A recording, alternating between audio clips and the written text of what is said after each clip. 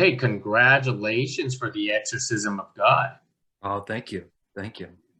I do have to admit, I've seen a lot of exorcism films, and this is a quite a different take. Yeah, no, yeah, that's what's exciting about it, to be honest, is I feel like, even someone came up to us at Citrus and said, this is the best movie since The Exorcism. Since The Exorcist. She was like 2 and 3 and 4. I mean, two is good, but 3 and 4 they're just like, what are they? They're just not she was just so disappointed by them. And she was like, this, I feel like, brings back the genre of the exorcism films. And I was pretty impressed by that. Well, I was impressed. It was relentless. Oh, The amount of action scenes. There was a there there are very few pauses. Is what I'm trying to say. yeah, no, it's a really well structured film. I feel like it carries itself. It's intense. It's multi-layered. It's got a lot of different complex themes happening, from sin to spirituality and where you fit in within the church and how the church sees you, how you see the church. I mean, there's a lot of big things being talked about, and I feel like it's incredible to have that also be wrapped in such a movie with so many dynamic scenes, and some scenes that I I feel like have never been done before. You know, in a So what initially attracted you to a project like this? Well, you read the script and you go, "Oh my God, this is crazy!"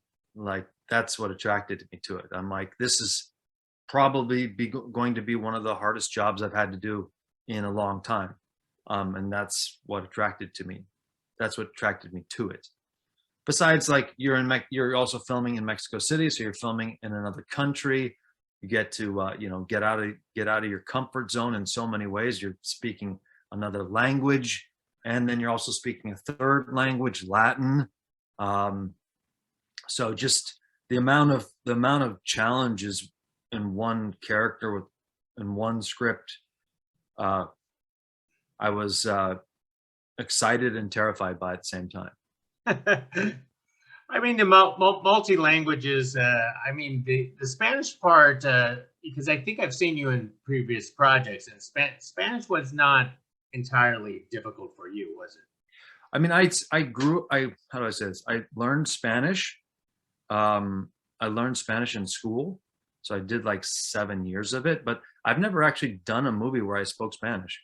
This is the Mm. first one. I mean, I did Queen of the South, where I was this lawyer, and when I did the audition, they made me do some of it in Spanish, but I never even spoke Spanish. So this is like literally the first time I've ever spoken Spanish on anything, on a TV show or a movie. Well, not to mention Latin is a dead language. I mean, that must have been a very difficult thing to learn. Yeah, I mean, it's not only learning it, but it's also doing it in the circumstances with which they're required to do it in.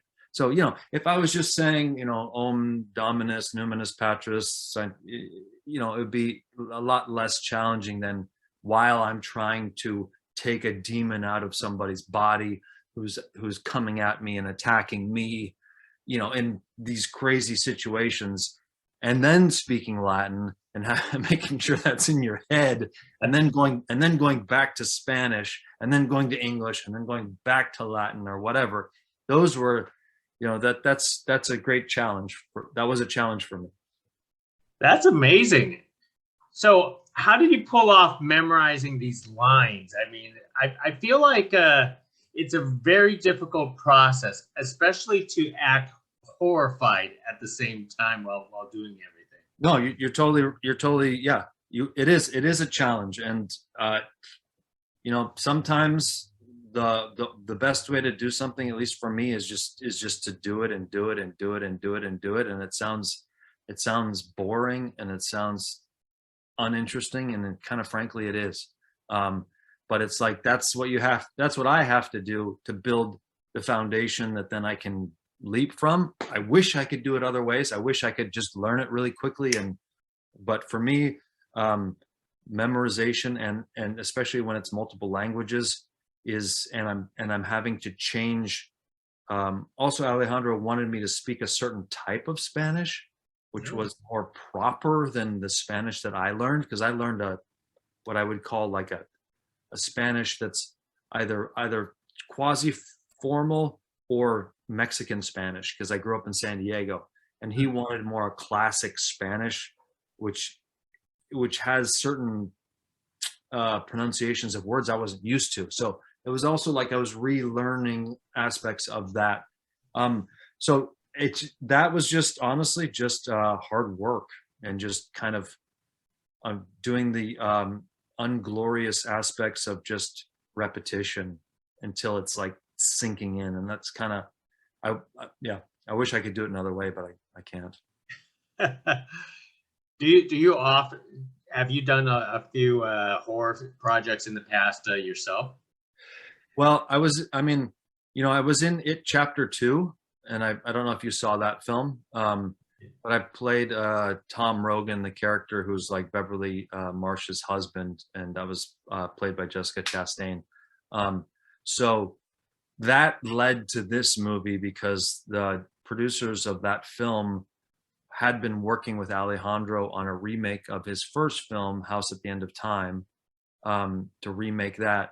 And when Alejandro was like, I'm making this movie, and he had spoken with Barbara, and Barbara, he had asked her about actors who he thought could do this, and she suggested me, which was very kind of her, and I am infinitely grateful, because I'm doing this movie partly because of her.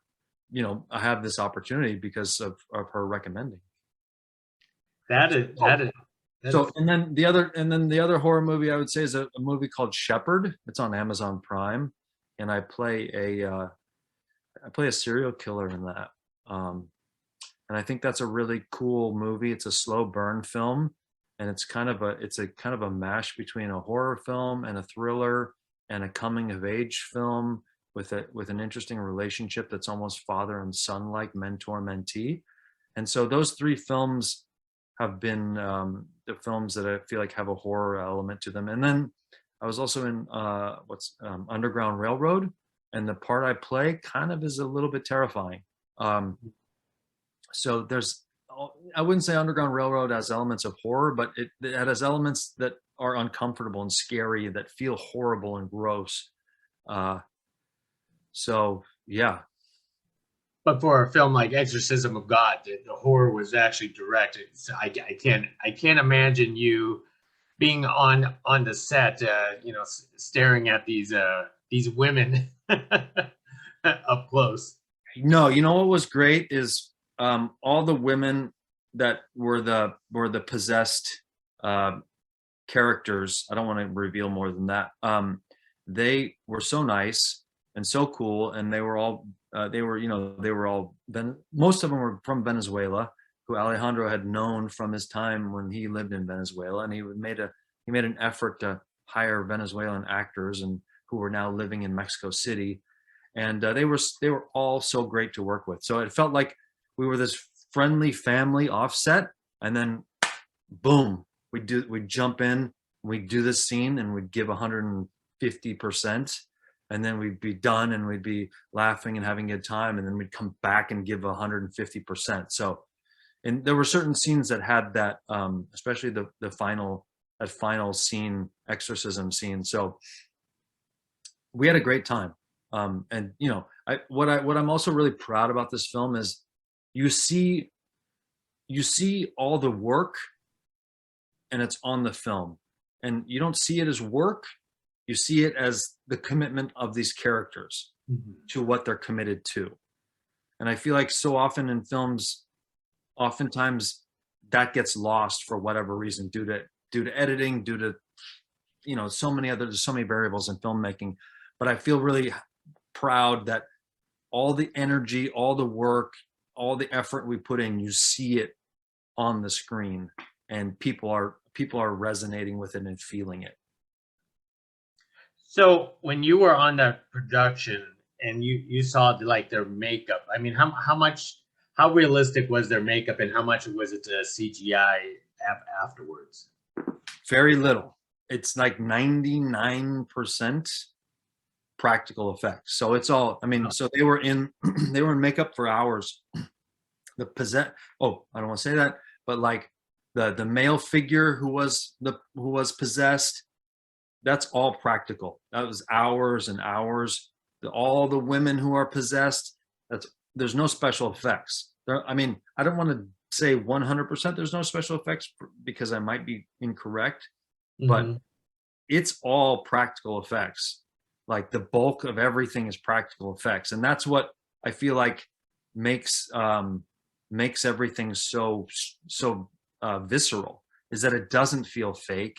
It doesn't feel like you're watching a movie with special effects. It feels like you're watching a movie where these characters have become possessed, and it's literally changing their faces from the inside out, and it's like their faces are about to burst from how much, you know, hostility and rage or whatever is inside them. So it's you know, there were three, but the makeup department, I feel like, did an incredible job, and I was a wise choice on Alejandro's part.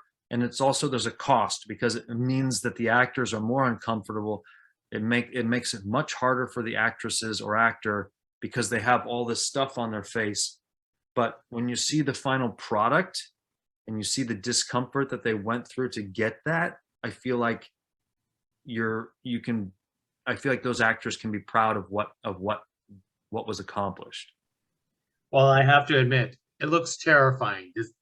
This film is one of the better exorcism movies out there, regardless.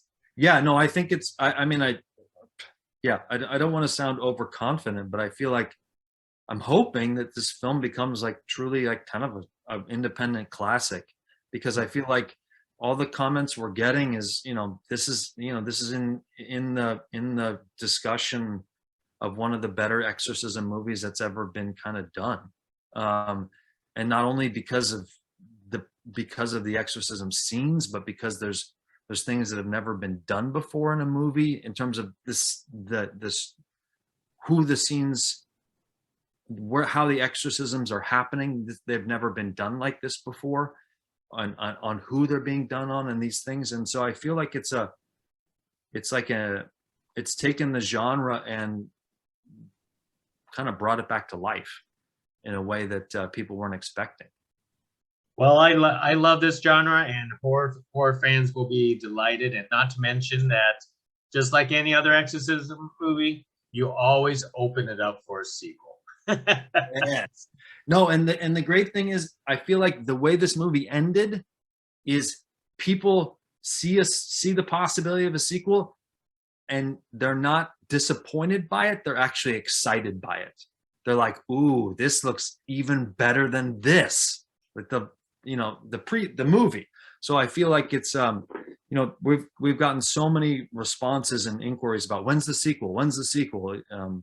Even some production companies have reached out and been like, hey, we want to help you create the sequel. When, you know, what's going on with that? So it's really cool. It's really cool to feel like to be a part of something that has a lot of not drummed up interest, but genuine interest from people who are in the seats watching the movie. That is true. I'm excited. You're excited. Will, thank you for carrying this conversation with us about the Exorcism of God.